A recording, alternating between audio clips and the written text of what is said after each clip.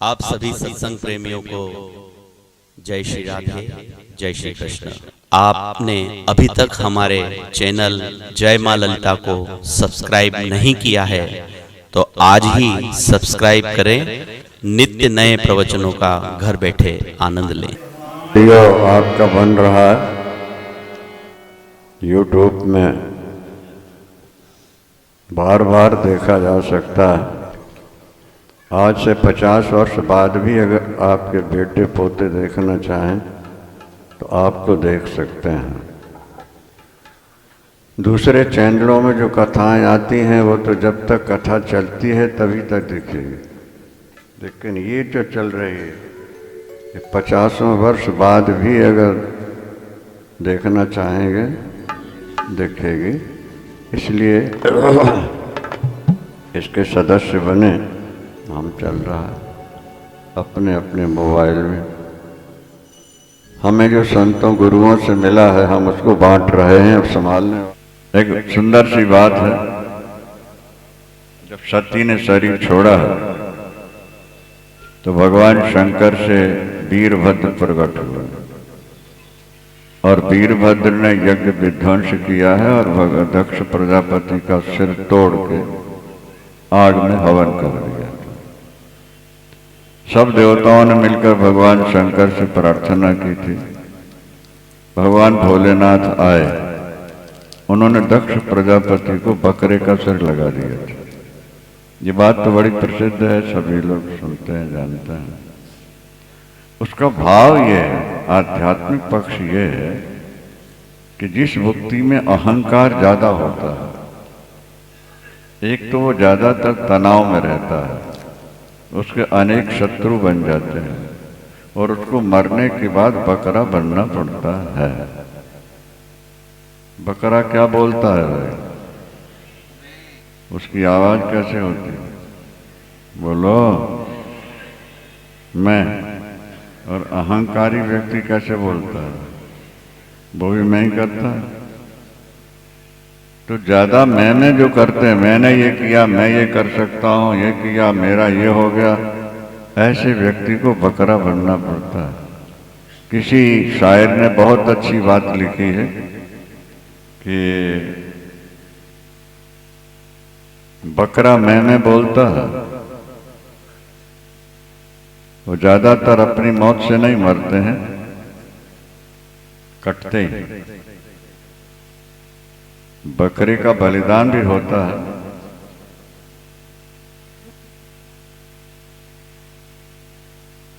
अब ध्यान देना जरा,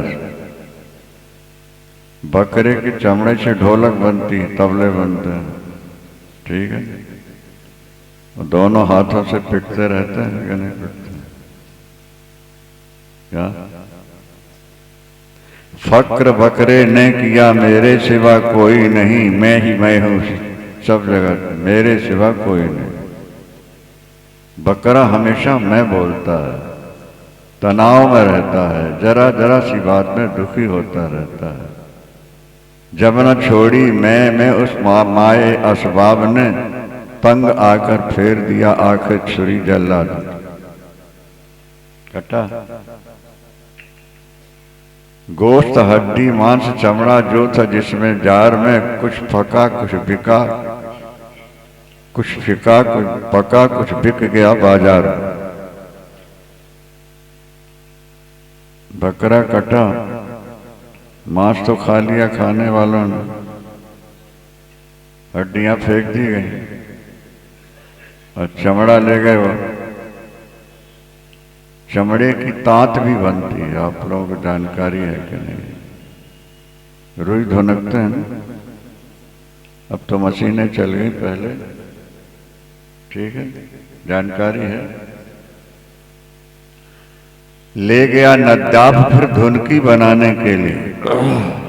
अब देखो, ढोलक में, तबले में चमड़ा मढ़ा बकरी का, ये भी पिटता रहता है क्या नहीं? और तांत बनी, और जब उस पर भी मार पड़ने लगी तो तांत से तू तर्र की आवाज आती। नहीं समझ में आई बात? तू तर, इसका मतलब क्या है कि अब बकरे को होश आ गया कि मैं कुछ नहीं है, जो कुछ है सो तू ही है भगवान। मार जब उस पर पड़ी तो आवाज आने लगी, तू उतर लगी, तो मैं कुछ नहीं संसार में, प्रभु जो कुछ है सो तू है। तो अहंकार जीते जी व्यक्ति को तनाव में रखता है, शत्रु बनाता है, और ज्यादातर अहंकारियों को ब्लड प्रेशर हाई रहता है और कभी तो दिमाग की नस भी फट जाती है। इसलिए अहंकार से बचना है। शरीर और आत्मा दोनों को एक मानना, इसी का नाम अहंकार होता है। अहंकार का मतलब जड़ और चेतन दोनों को एक मानना होता है। शरीर और आत्मा एक नहीं है ना। व्यक्ति ने शरीर को आत्मा मान लिया, पर ऐसा नहीं। देखो लकड़ी जल रही है, थोड़ा आप लोग पढ़े लिखे हो, ध्यान दो। लकड़ी जल रही है तो वहां एक ही है कि दो है? नहीं समझे आप? दो है, एक है आग और दूसरे है लकड़ी। तो लकड़ी को जलाने वाली जो आग है वो लकड़ी से अलग होती है। इसी तरह से शरीर को चलाने वाला जो चेतन तत्व है वो शरीर से अलग। अज्ञान के कारण दोनों में एकता की भ्रांति हो जाती है। अज्ञान की निवृत्ति हो जाए तो ये जो भ्रांति है ये मिट जाएगी। आप हमारे हरिद्वार में एक संत थे, उनके पैर में कैंसर हो गया। सलाह दी गई कि पैर कटवा दें, नहीं तो शरीर नष्ट हो जाएगा। उन्होंने कहा शरीर हमको चाहिए नहीं, रहे या मिटे।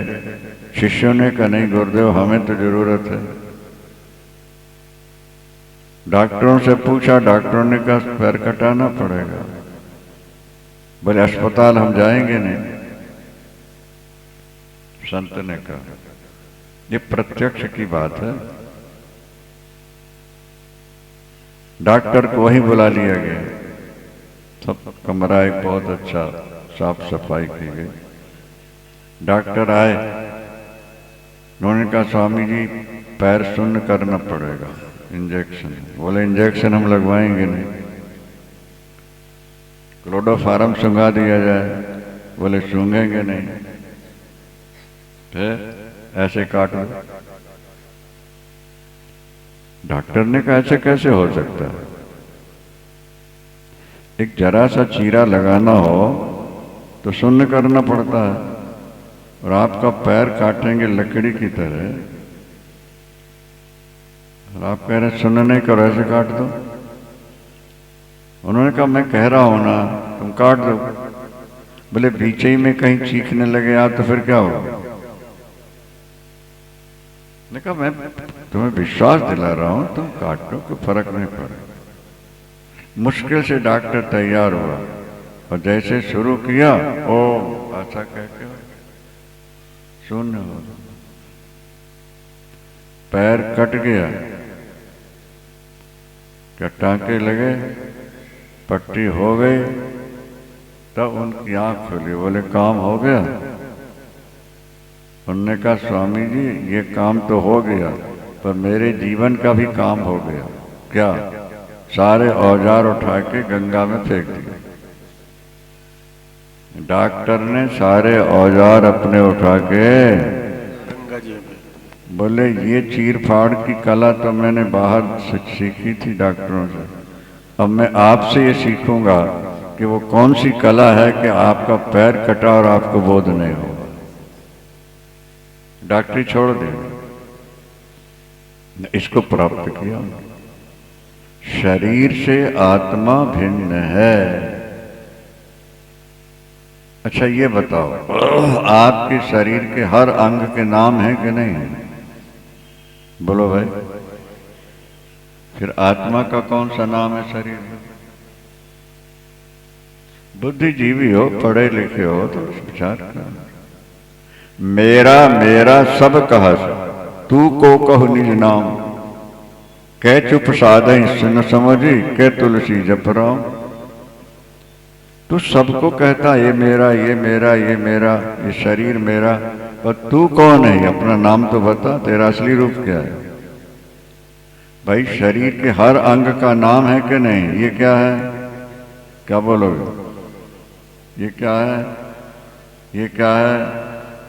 ये कान है, ये नाक है, ये क्या है? हाथ है, ये पैर है, ये पीठ है, ये पेट है। हर अंग का नाम है कि नहीं है? फिर तेरा नाम इसमें कौन सा है? इस पर विचार कर थोड़ा। खामखा ये शरीर तो प्रकृति से बना हुआ है और तू इसको अपना माने बैठा हुआ है, और यही तेरे तनाव का कारण है, दुख का कारण है। शरीर मैं नहीं हूं, शरीर थोड़े दिन के लिए मेरा बन गया है, मेरा नहीं है। मेरा असली रूप भगवान का पार्षद हूं या भगवान का स्वरूप है, ये समझना चाहिए। इस जड़ और चेतन की गांठ को ही अहंकार कहते हैं। मैं, मेरे की मिथ्या गहरी बातें हैं, पढ़े लिखे लोग समझ पाते हैं इन बातों को, हर व्यक्ति के लिए नहीं है ये, लेकिन जो कुछ बुद्धिजीवी बैठे रहते हैं उनके लिए। अहंकार अति दुखद डमरुआ, दंभ कपट मदमान निहरुआ। शोक हर्ष भय क्रोध लोभ मोहा स्पृहा दया अहंकारस्य दृश्यन्ते जन्म मृत्युश्च नात्मनः। शोक मोह भय राग द्वेष जन्म मरण ये सब अहंकार में दिखते हैं। आत्मा का ना जन्म हुआ है ना कभी मृत्यु होती है।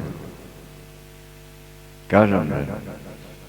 आत्मा का ना कभी जन्म हुआ ना न जायते म्रियते व कदाचित।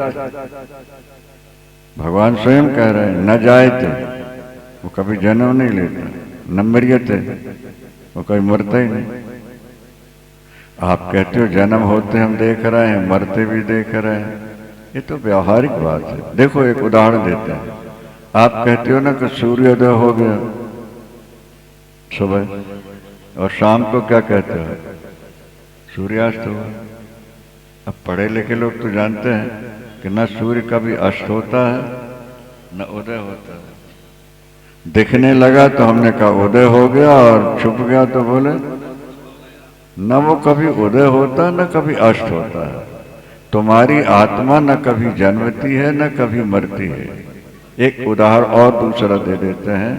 जैसे कुम्हार ने घड़ा बनाया, ठीक है, घड़े के अंदर जो आकाश है, पुलाई है, खाली है, उसको घटाकाश कहते हैं,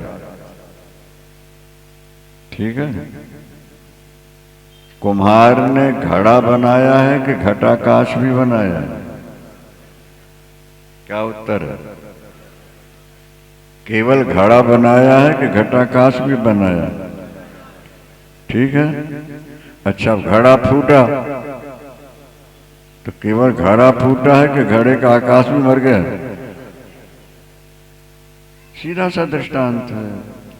कुम्हार घड़ा बनाता है, घटाकाश नहीं, और घड़ा फूटता है, आकाश नहीं फूटता।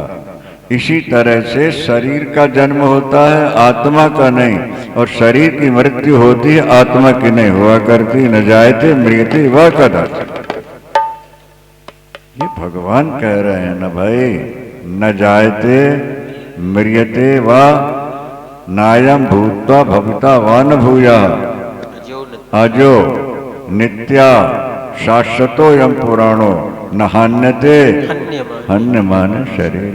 भगवान के वचन है तो। आत्मा अमर है और मरने से डरती है। बताओ, तुम अमर हो और मरने से डर रहे हो, तो अमर को मारेगा कौन? अमर नहीं मरता, इस शरीर मरता है, और तुम शरीर को अपना माने बैठे हो, इसलिए तुम्हें डर लगता है।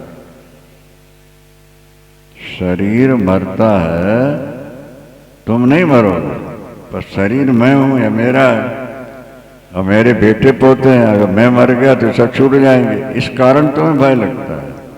अगर आत्मा का ठीक ठीक बोध हो जाए, हमारे गुरुदेव श्री करपात्री जी महाराज हाइड्रोसल हो गया था उनको, दोनों साइड में पानी भर गया था, गए नहीं, वही डॉक्टर यहाँ बुलाया गया आश्रम में, स्वामी जी ने कहा ऐसे चीर दो, पानी निकाल, ना इंजेक्शन लगवाएंगे ना अंग्रेजी दवाई खाएंगे, ऐसे चीरेंगे दोनों साइड, पानी निकाला, टाँके लगाए, बस। सुना रहे थे हमको, बोले कि जब वो टाँके लगाने लगा तो थोड़ा सा लगा जैसे कीड़ी काटी हो। शरीर मैं नहीं हूं, शरीर मेरा नहीं है, ये तो पंचभूत का पुतला है। क्षितिजल पावक गगन समीरा, जल पावक गगन समीरा, क्षितिजल पावक गगन समीरा, जल पावक गगन समीरा, पंच रचित अति अधम शरीरा, पंच रचित अति अधम शरीरा। शरीर तो अधम है, गंदगी से भरा पड़ा है। मनुष्य के शरीर में गंदगी भरी हुई है, जानवर के शरीर में उतनी गंदगी नहीं होती महाराज जितनी मनुष्य के होती।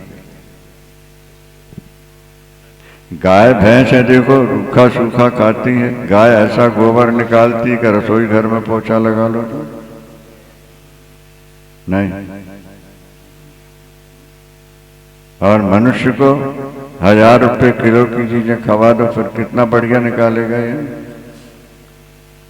तो शरीर ज्यादा किसका निर्मल होगा? फिर मनुष्य का शरीर तो, जानवर का शरीर तो मर के भी काम आ जाता है, मनुष्य का शरीर किसी काम नहीं आता। हाथी के दांत के खिलौने बने भांत भांत, और व्याघ्र की खाल तपसिन मन भाई है, और गैंडा को खाल को बांधे सिपाही लोग, तो सामर की काल राजा रानिन सुहाई है। क्या गाय की खाल के जूते बने भांत भांत, और बकरी की खाल थोड़ा पानी भर लाई है। कहत कभी केशवदास सिया राम के भजन बिन ये देह किसी काम नहीं है। मनुष्य का शरीर किस काम आएगा? हाथी जिंदा 4 लाख का और मरा हाथी 5 लाख।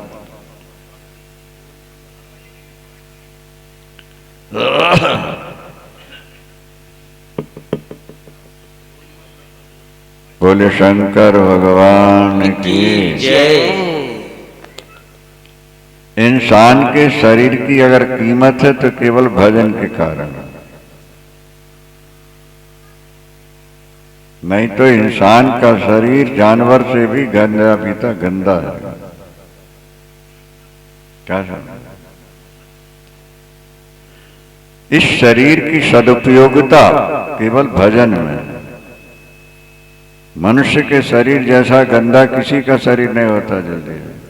अच्छा ये बताओ, ये गाय भैंस या कुत्ते ये ब्रश करते हैं, जी भी करते हैं, फिर भी साफ है कि नहीं है? और इंसान नहीं करे तो क्या समझा? वो लैट्रिन जाकर के कहीं साफ करते हैं, फिर भी साफ रहते हैं, और इंसान नहीं करे तो परिणाम क्या होगा? इसका मतलब है कि इंसान तो गंदगी का पिटारा है, इसकी ज्यादा कीमत नहीं है। इसकी कीमत सिर्फ एक ही है कि भगवान से अगर जुड़ जाता है। जैसे गटर का पानी गंदा से गंदा है, लेकिन बहते बहते जब गंगा में मिल जाता है तो वो गंदा पानी भी गंगा बन जाता है। इसी तरह तुम मनुष्य का शरीर गंदे से गंदा है, पर जब ये ईश्वर से जुड़ जाता है तो ये बंदनीय हो जाता है। लोग इनको अपने शरीर में रखने को तैयार। उपयोगिता ईश्वर से जुड़ने के अहंकार से निवृत्ति होनी चाहिए। ये भगवान शंकर ने दिखा दिया है। एक तारकासुर नाम का दैत्य हुआ था, बीच में प्रसंग है थोड़ा सा। उसने कठिन तप करके वर मांगा था कि मुझे अमर बना दो। बोले अमर तो कोई हो नहीं चाहिए, तो मृत्यु लोक है, जो पैदा हुआ एक दिन जाना। सोच सोच के कहने लगा शंकर के शुक्र से उत्पन्न पुत्र ही मुझे मारे। ऐसा वर क्यों मांगा?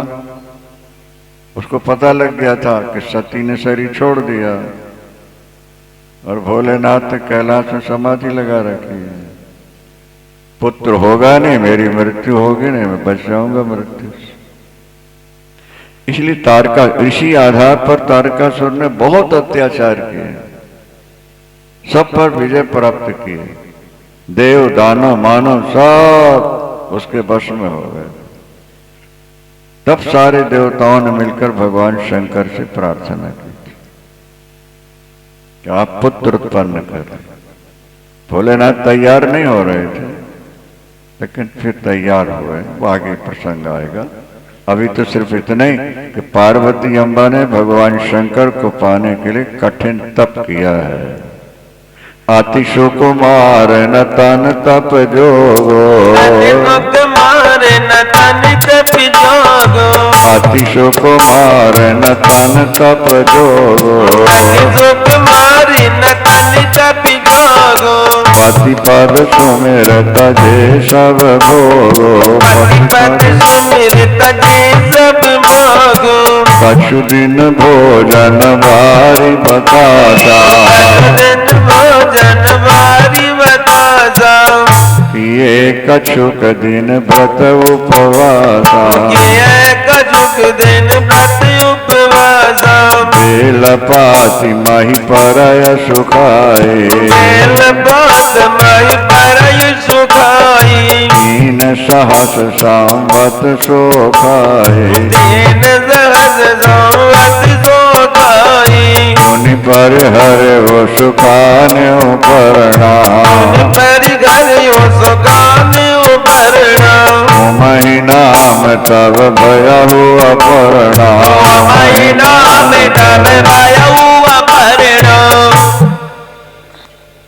गौरी कुंड में जाकर पार्वती अम्बा ने कठिन तप किया है। कुछ दिन भोजन किया, फिर भोजन छोड़ के फलाहार किया, वो भी छोड़ करके केवल जल पी करके रहे। 3000 वर्षों तक बेल पत्र चबा के जल पी लेती थी, बस वही उनका भोजन था। बेल पत्र में बहुत शक्ति है, बेल पत्र में लक्ष्मी का निवास है, बेल पत्र शीतल है, बेल पत्र भगवान शंकर को बहुत प्रिय है। बेल पत्र का पेड़ लगा दो, लोग तोड़कर शंकर पर चढ़ाएंगे, आपको बड़ा पुण्य मिलेगा। अगर आप यहाँ कहीं ऐसी जगह है कि लगा सकते हैं तो तुलसी और बेलपत्र, ये दोनों सनातन धर्म में बहुत कीमती माने जाते हैं, बहुत कीमती होते हैं। एक एक बेलपत्र जो है 3-3 जन्म के पापों को मिटाने वाला होता है। भाग्यशाली लोग हैं जो प्रतिदिन बेलपत्र भगवान शंकर पर समर्पित करते हैं। देखो, हमें भी ऐसा ध्यान नहीं है कि हमने कभी भगवान शंकर पर बेलपत्र न चढ़ाया हो। कनाडा गए तो यहां से बेलपत्र लेके गए, 21 दिन तक चले हो, फर्ज में। फिर दूसरे देश से, वहां बेलपत्र होता नहीं, तो किसी दूसरे देश से हवाई जहाज से बेलपत्र आता। भगवान शंकर पर बेलपत्र चढ़ाओ, सारे काम तुम्हारे बनते रहे। जैसा हमने सुनाया ना कि लक्ष्मी अम्बा कमल पुष्प चढ़ा रही थी, एक पुष्प कम हो गया था तो अपना चेस्ट काट के भगवान शंकर पर चढ़ा दिया था। उसी से बेलपत्र की उत्पत्ति हुई थी। लक्ष्मी का निवास बेलपत्र में है, या तो कमल के पुष्प के ऊपर खड़ी होती हैं या बेल पर। वनस्पतिस्तो वृक्षोथ बिल्वा, श्री सूक्त में भी यही आता है, वनस्पतिस्तो वृक्षोथ बिल्वा। हे माँ लक्ष्मी, आपका निवास बेलपत्र में। इसे बेलपत्र भगवान शंकर के लिए और तुलसी शालिग्राम भगवान राम कृष्ण विष्णु सबके लिए है। हो सके कोशिश करो, भजन करते रहो, फल मिलेगा। दही बिलोते ही रहोगे तो माखन जरूर निकलेगा। मेहंदी घोटते रहोगे तो लाली निकल आएगी। भगवान का भजन पूजन चिंतन करते रहोगे तो एक दिन भगवान शंकर प्रकट होंगे, आपका जीवन धन्य धन्य। हर हर सब देवताओं ने मिलकर भगवान शंकर से प्रार्थना की है कि भोलेनाथ, तारकासुर के अत्याचारों से समाज बहुत दुखी है, आप शादी करा लें। भोलेनाथ ने कहा शादी करा के देख तो लिए, शादी करा के कौन सुखी हुआ है? हाँ, शादी से पहले लगता है कि शादी के बाद मौज ही मौज रहेगी। शादी तो हो गई महाराज, गले की घंटी बन गई, मुश्किल ही हो जाता है। थोड़े दिन तो ठीक है, बाकी तो दिन गुजारने वाली बात होती है। क्या शादी से पहले जो सोचा था वो कुछ नहीं है। भगवान शंकर जगत कल्याण के लिए शादी को तैयार हो गए। अपने लिए शादी नहीं करा रहे, जगत कल्याण के लिए। परोपकार, अपने जीवन में कुछ थोड़ा परोपकार करना चाहिए। दीनहीन गरीब बच्चों की शादियां, दीनहीन बच्चों की पढ़ाई के लिए व्यवस्था, गाय की सेवा, गरीब की सेवा, साधु संत की सेवा, ब्राह्मण की सेवा, कुछ तो करना चाहिए ना। शास्त्र कहते हैं जब तक अपनी कमाई का कुछ हिस्सा दान नहीं करोगे तब तक वो अन्न शुद्ध नहीं होता। वो शुद्ध तभी होगा जब उसका कुछ हिस्सा निकाल के दान में। वित्तम तो तीर्थी कृतमंग बाचम, धन कमाने में कुछ न कुछ बेईमानी हो जाती है, पाप हो जाता है। उसका कुछ हिस्सा जब तुम निकाल दोगे तो फिर वो शुद्ध हो जाता है। हम बार बार सुनाते रहते हैं कि देखो ये जो तुम्हारा डीजल है, पेट्रोल निकलता है ना, ये पहले रिफाइन होता है। जैसा निकलता है वैसे ही नहीं लगता। क्या ये पहले रिफाइन होता है। अच्छा, और 100 बैरल आप दे दो तो 90 मिलेगा लौट के आपको, 10 उसमें से मैल निकल जाता है। और तभी वो पेट्रोल डीजल तुम्हारे काम का होता है। और जैसा जमीन से निकला है वैसे ही डाल दो, इंजन बैठ जाएगा। इसी तरह तुमने जो कमाया है उसमें से कुछ हिस्सा दान के लिए निकालो। कहीं भी किसी के लिए भी कुछ थोड़ा सा करो, वो धन शुद्ध हो जाए। और धन शुद्ध होगा तो बुद्धि शुद्ध हो जाएगी, और बुद्धि शुद्ध होगी तो भगवत प्राप्ति हो जाएगी। अगर आपने ईमानदारी की रोटी खाई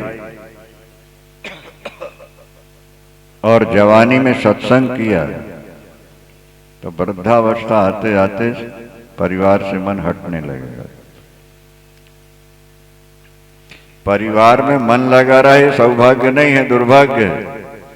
और परिवार से मन हट के परमात्मा में लग जाए, ये तुम्हारा सौभाग्य है। पशुओं को बैराग नहीं होता है, बैराग तो समझदार बुद्धिमान मनुष्य को होता है। अब चलने की बारी आ रही है, थोड़े दिन में तो चलना है ना। तो परलोक के कुछ पूंजी तो इकट्ठी करो, कुछ भजन कर लो, कुछ दान कर लो, कुछ सेवा कर लो। ये आगे की पूंजी है। मान लोगे तो भविष्य अच्छा हो जाएगा, नहीं मानोगे अंत में पछताना पड़ेगा। भगवान शंकर को शादी की कोई इच्छा नहीं है, लेकिन परोपकार, क्योंकि शादी नहीं होगी तो संतान नहीं होगी, और संतान नहीं होगी तो तारकासुर का वध नहीं होगा। इसलिए शादी स्वीकृति दे दी। अब ध्यान देना है थोड़ा। स्वीकृति दे दी। सब ऋषियों को बुला के कहा जाओ जरा परीक्षा ले लो। कभी कभी भजन करते संकट बहुत आते हैं, ये भी समझ लेना। वो जो संकट आते हैं वो तुम्हारे प्रेम की, धैर्य की परीक्षा होती है। घबराना नहीं चाहिए। तुलसी सीता राम जपो और दृढ़ राखो विश्वास, कबहू बिगड़त ना सुने रामचंद्र के दास। संत कह रहे हैं, तुलसीदास कह रहे हैं, जिन्होंने राम का साक्षात दर्शन किया हुआ है। तुलसी सीता राम जपो, वो राम भक्त थे, उन्हें सीता राम का नाम लिया। चाहे कृष्ण का नाम जपो, शिव का जपो, शक्ति का जपो, जहां तुम्हारा मन लगता है। तुलसी सीता राम जपो और दृढ़ राखो विश्वास, दृढ़ विश्वास। कबहू बिगड़त ना सुने रामचंद्र के दास। गीता के 9वें अध्याय का 22वां श्लोक है, योगक्षेमो बहा में। तुम मेरा अनन्य रूप से चिंतन करो, जो तुम्हारे नहीं है मैं ला के दूंगा, और जो है उसकी रक्षा करूंगे। भगवान वचन दे रहे हैं। तो समस्या यह है कि झूठ बोलने वाली पत्नी पर विश्वास है, झूठ बोलने वाले पति पर विश्वास है, झूठ बोलने वाले बेटे बेटियों पर विश्वास है, लेकिन सत्य बोलने वाले भगवान पर विश्वास नहीं। ये सौभाग्य है कि दुर्भाग्य है? हाँ? पार्वती अम्बा तप कर रही हैं, सप्तऋषि परीक्षा लेने पहुंचे हैं। देवी, तुम किसके लिए भजन कर रही हो? क्या पाना चाहती हो? सहेलियों से कहा कि बता दो। 2 सहेलियां साथ रहती थी। जवान स्त्री को अकेले कहीं नहीं जाना चाहिए ना। जया और विजया, क्या नाम है? जया और विजया, 2 सहेलियां सदा साथ। मर्यादा बता दो। नहीं नहीं, हम आपसे सुनना चाहते। महाराज आप सुन के हंसोगे, ये मेरा पागल मन शंकर को पति के रूप में चाहता, ये पानी पर दीवार उठाना चाहता है, बिना पंखों के उड़ना चाहता है, चाहिए सदा शिव ही भरता रहा, शिव को पति बनाना चाहता।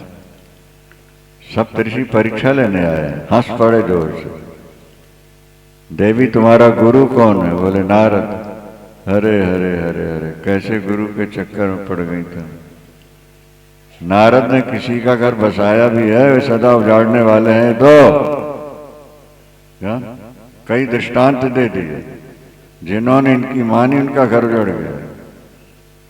देखो तुम अभी भी हमारी बात मानो। क्या हम भगवान विष्णु को गुलाल प्रसन्न कर लेते हैं? गारंटी है हमारी, भगवान विष्णु से तुम्हारा विवाह कराएंगे। वो चतुर्भुज हैं, शंख चक्र गदा पद्मधारी है, पीताम्बर है, दिव्य है, वेद भी यशगार है। और शंकर बोले श्मशान में रहते हैं। आप क्रीम पाउडर लगाओगे, वो चिता की भस्म लपेटेंगे। आप पाटंबर पहनोगे, वो बाघंबर पहनेंगे। आप गले में हाथ पहनोगे, वो सांप लपेटे होंगे।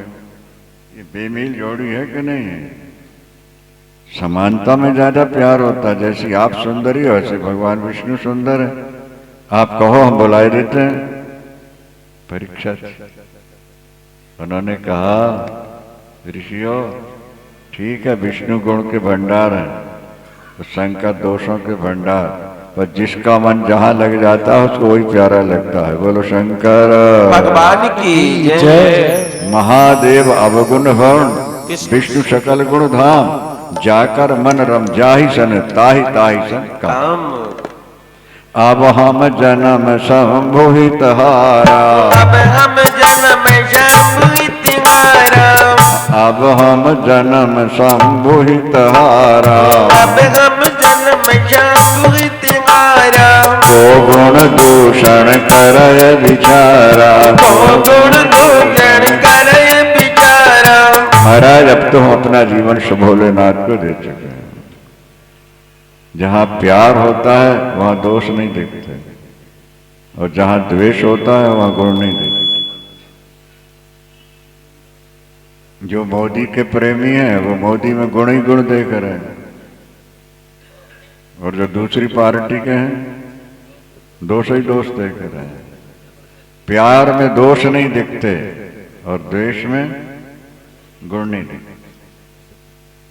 हमने तो अपना जीवन भगवान शंकर को दे दिया, अब को गुण दूषण करे बेचारा। लेकिन वो भोलेनाथ शादी कराएंगे नहीं, वो तो बैठे हैं वहां भजन में। उन्होंने कहा जन्म कोटि लग रगर हमारे, जन्म कोटि लग रगर हमारी, बड़ो शंभु नत रहो कुंवारे, परम शंभु नत रहो कुंवारी, कदम नारद कर उपदेशो, कदम नारद कर उपदेशो, आप कहें सत बार महेशो, आप कहें सत बार महेशो। महाराज भगवान शंकर स्वयं 100 बार आके कह जाए कि मैं शादी नहीं करूंगा, फिर भी हम अपने गुरु का वचन छोड़ नहीं सकते हैं। हमने ये जन्म भगवान शंकर को दे दिया। अगर लड़के लड़की की सगाई कराने में आप ज़्यादा चतुर हैं तो संसार में बहुत लड़के लड़की हैं, उनके जाके सगाई वगाई कराओ। यहाँ से बहुत विलम्ब हो गया, पधारो पधारो।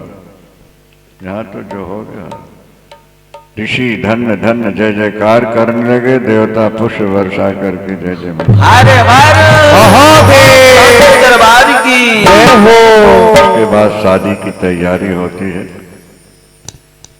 प्रसंग तो ये बहुत लंबे हैं, समय थोड़ा है, संक्षेप में कहा जा रहा है। भगवान शंकर का विवाह अम्बा पार्वती से निश्चित हो रहा है। भगवान शंकर दूल्हे बनकर के चलेंगे, वहाँ पार्वती अम्बा का श्रृंगार होता है, यहाँ भगवान शंकर का श्रृंगार हो रहा है शादी के लिए। ध्यान दें जरा, सेरा बांधा जाता ना, मुकुट बांधते हैं कलगी। भोलेनाथ ने कहा पैसे काय को खराब करते हो, मेरी जटाएं बंधी हैं, यही मुकुट हो जाता। क्या कलगी ले सांप लपेट दो तो कलगी हो जाता। बोलो शंकर भगवान की।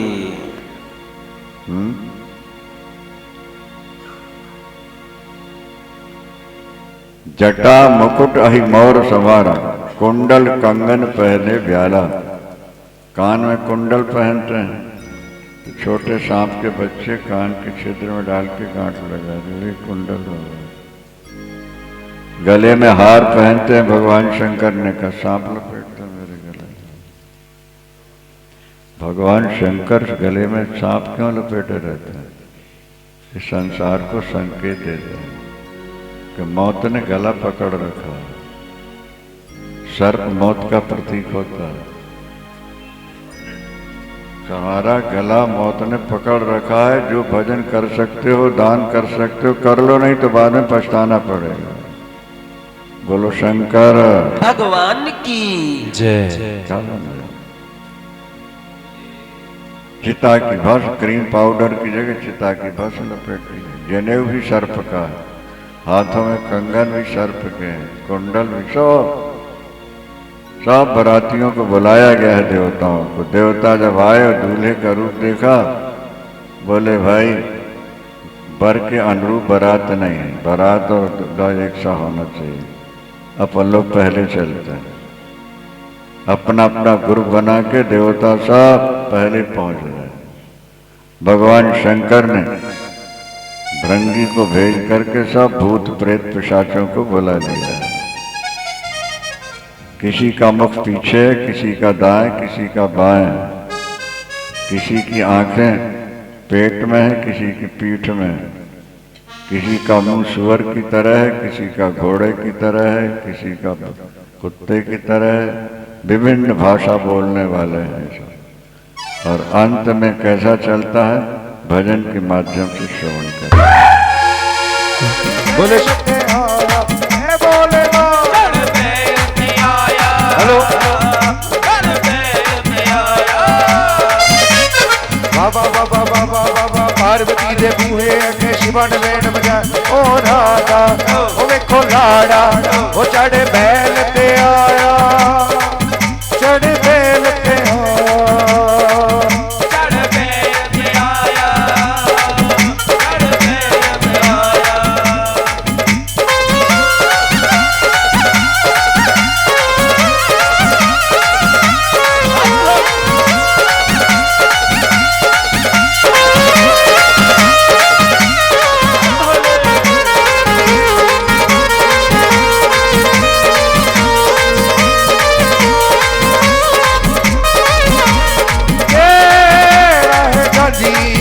देखो केड़ा है लाड़ा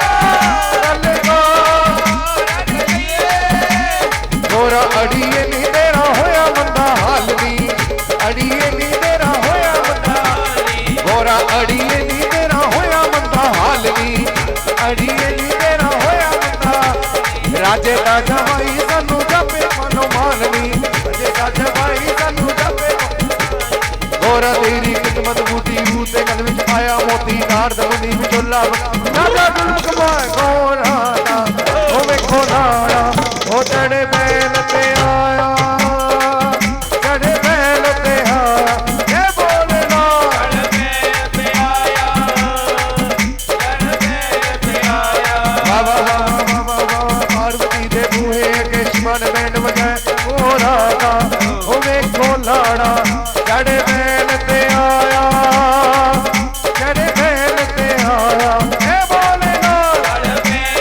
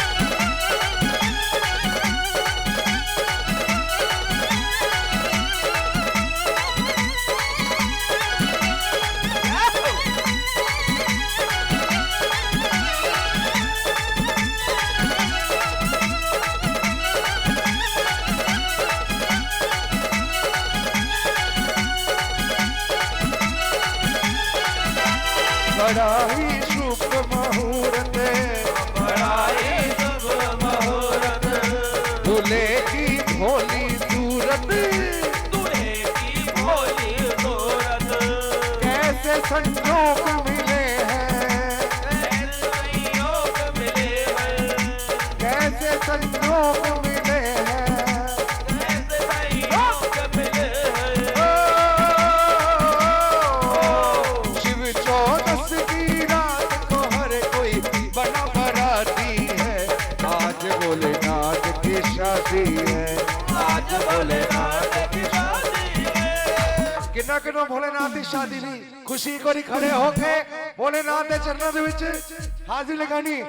आज भोलेनाथ की शादी है, आज भोलेनाथ की शादी, ओ नाथ की शादी है, कि आज भोलेनाथ की शादी है। ओ आज शादी है, आज भोलेनाथ की शादी है, आज भोलेनाथ की शादी है। आज भोलेनाथ की शादी है।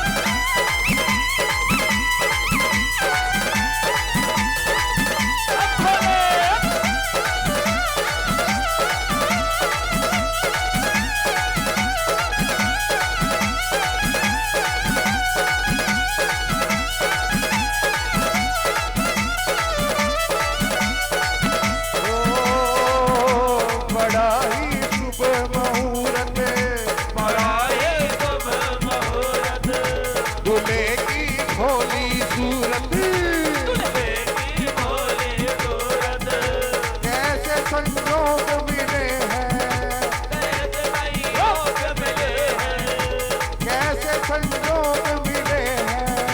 कैसे संयोग मिले हैं।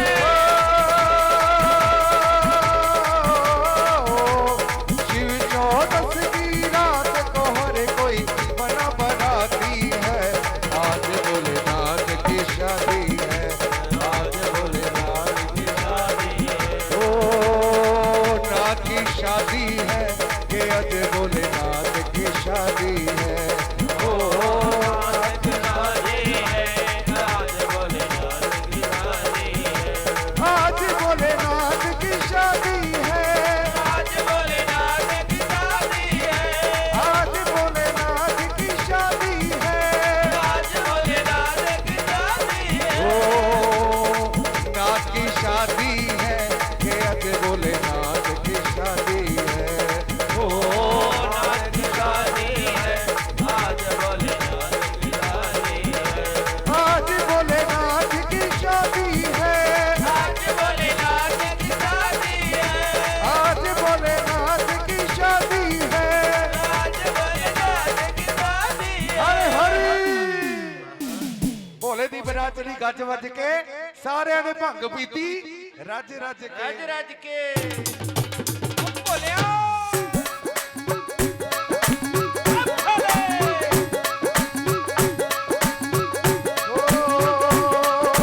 भोले दी बरात चली, ओ शिव दी बरात चली, भोले दी बरात चली गज वज के, भोले दी बरात चली गज वज के, भोले दी बरात चली गज वज के। सारे ने भंग पीती रज रज के, भोले दी बरात चली गज वज